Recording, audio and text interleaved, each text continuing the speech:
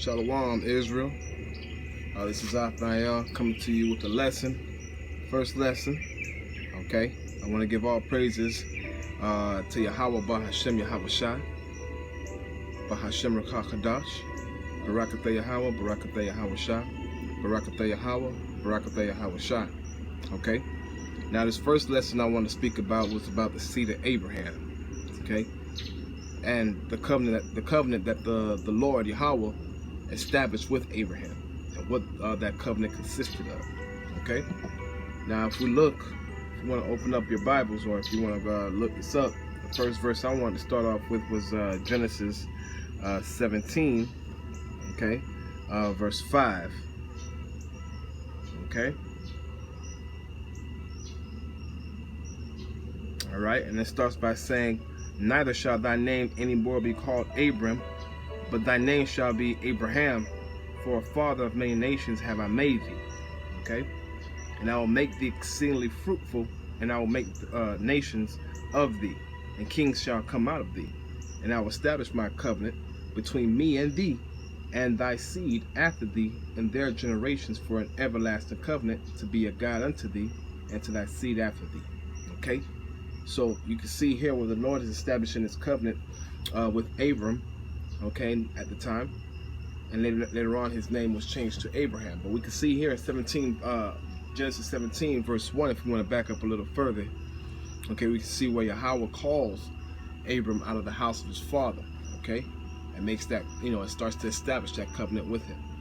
Okay, Genesis 17:1 says, "And when Abram Salakia was 90 years old, 90 years old and 9, the Lord appeared to Abram and said unto him, I am the Almighty God.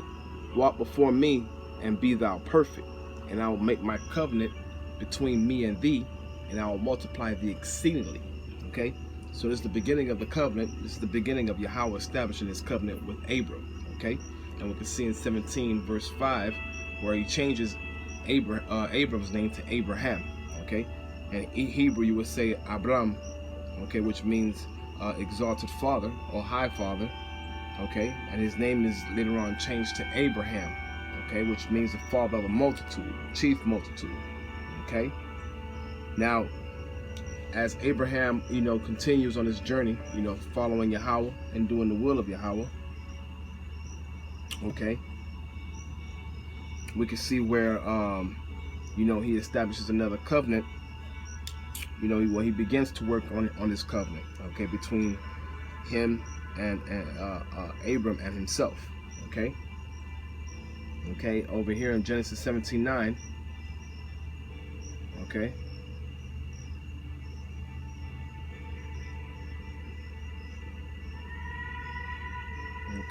go down here, actually Genesis 17 and 19, we see here where Yahweh is establishing this covenant between Abraham and Sarah and himself.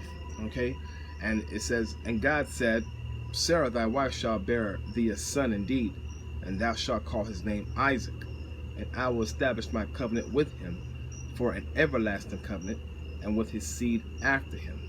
Okay, now understand this, Abraham did have another child, and his name was Ishmael. Okay, but this child was established between Abraham and Hagar, and that was in the covenant. The covenant was between Sarah and Abraham. Okay, Sarah was to bear the seed, okay, that would receive the covenant. All right.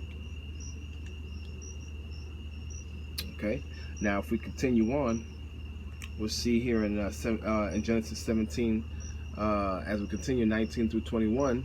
Okay, we see here that the Lord continues and he establishes his covenant with Isaac.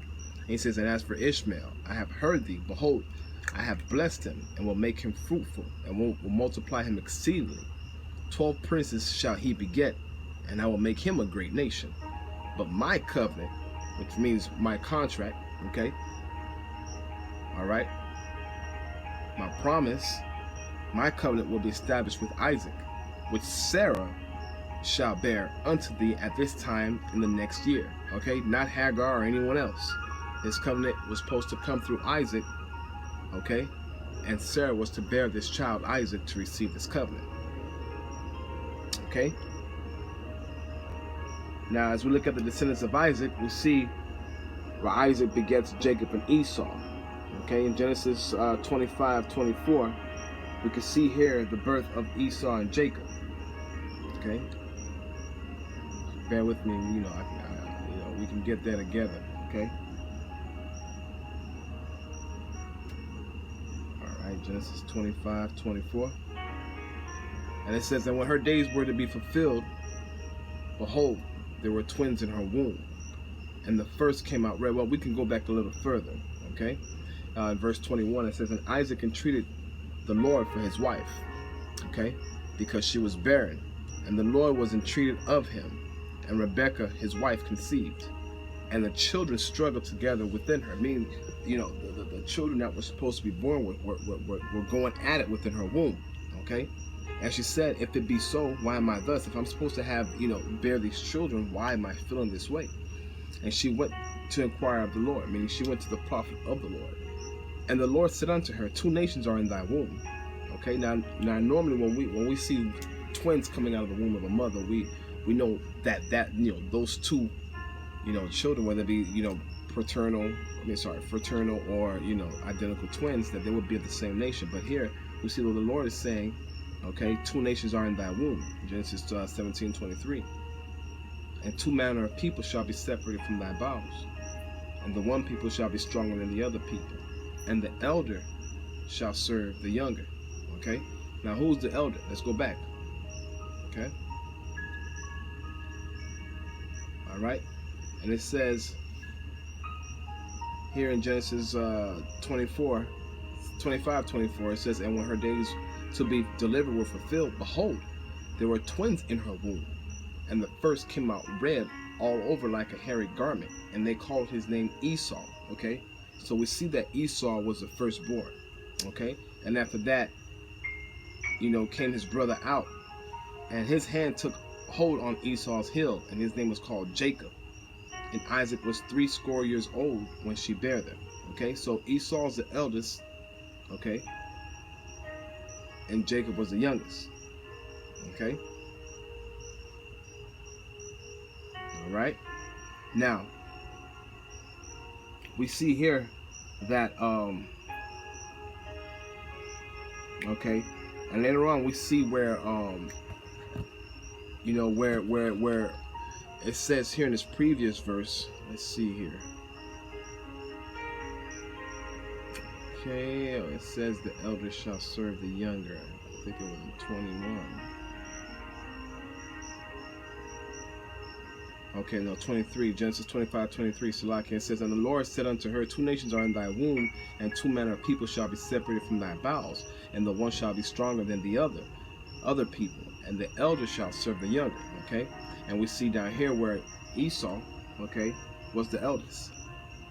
Okay, and then came out Jacob, and the prophecy was that the elder would serve the younger. Okay, all right. Now we do understand that Jacob and Esau were the sons or the seed of Jacob. I'm sorry, with the seed of Isaac. Okay, but it was only going to be one person who would receive this covenant. Okay, now as we continue on, we see where the covenant was supposed to be passed on to the elder, who would be Esau. Okay, we see where Esau has no regard for the covenant, and eventually sells his birthright, okay, his inheritance to his younger brother Jacob. Okay, and we see that over here in Genesis 25. Let's see here, 25:29, and it says, "And Jacob saw pottage, and Esau came from the field, and he was faint. And Esau said to Jacob, Feed me, I pray thee, with that same red pottage, for I am faint. Therefore was his name called Edom." Okay, Edom meaning red. All right, and in Greek it's translated and pronounced Edom. All right, verse 31 says, "And Jacob said, Sell me this day thy birthright. And Esau said, Behold, I'm at the point to die. I mean, I'm about to pass out. I'm about to die. And what profit shall this birthright do to me? And Jacob said, swear to me this day. And he swore unto him. And he sold his birthright unto Jacob. Then Jacob gave Esau bread and pottage of lentils, and he did eat and drink, and rose up and went his way. Thus Esau despised his birthright. Okay, so we see where the firstborn son, okay, who was supposed to inherit the birthright, despised the birthright. Okay, and now the birthright is now translated from, Esau to Jacob. Okay, and Jacob meaning supplanter, one who usurps another. Okay, so where Esau was supposed to inherit the blessing, okay, he was put by because he despised that blessing. Okay, all right. Now, when it was at the point for Esau and Jacob to receive their blessings, okay, we do know that there was a whole plot into Jacob receiving his blessing and Esau receiving his. Okay, all right.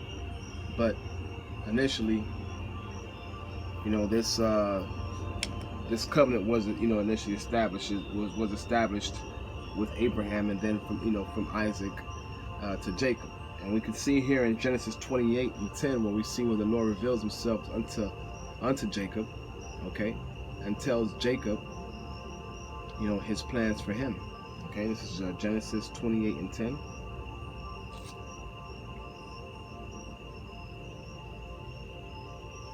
Okay, it says, and Jacob went out from Beersheba and went toward Haran, and he lighted up a certain place and tarried there all night because the sun was set. And he took the stones of that place and he put them for pillows and lay down in that place to sleep. And he dreamed, and behold, a ladder set up on the earth, and the top of it reached to heaven. And behold, the angels of power ascending and descending on it. And behold, Yahweh stood above it and said, I am Yahweh of power of Abraham thy father, and the God of Isaac, and the power of Isaac. The land whereon thou liest, to thee will I give it, and to thy seed. And thy seed shall be as the dust of the earth, and thou shalt spread abroad to the west, and to the east, and to the north, and to the south. And in thee and thy seed shall all the families of the earth be blessed. Okay? And it says, and behold, I am with thee, and will keep thee in all places, Salakia, whither thou goest, and will bring thee again into this land, for I will not leave thee until I have done that which I have spoken to thee of. All right. So we see where the covenant is translated from Abraham to Isaac, and from Isaac, okay, to Jacob. Even though Esau was the eldest, okay, he was put by, and Jacob was chosen to receive that covenant. Okay, and that everlasting covenant was that Yahweh our power was going to be a God unto us, a father unto us, and we will be his people. Okay, and that we would inherit this world as a possession. Okay, all right. Now Jacob's name eventually was turned into Israel. Okay,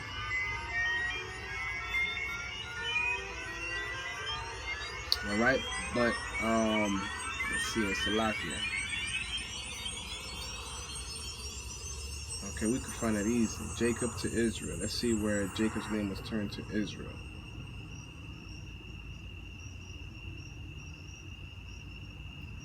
Okay, Genesis 32 and 28. Okay. And he says, and he said, thy name shall be called no more Jacob, but Israel. For a prince hast thou power with God, and with men has prevailed. Okay, once again, Genesis 32:28. Let's go back a little further. Okay.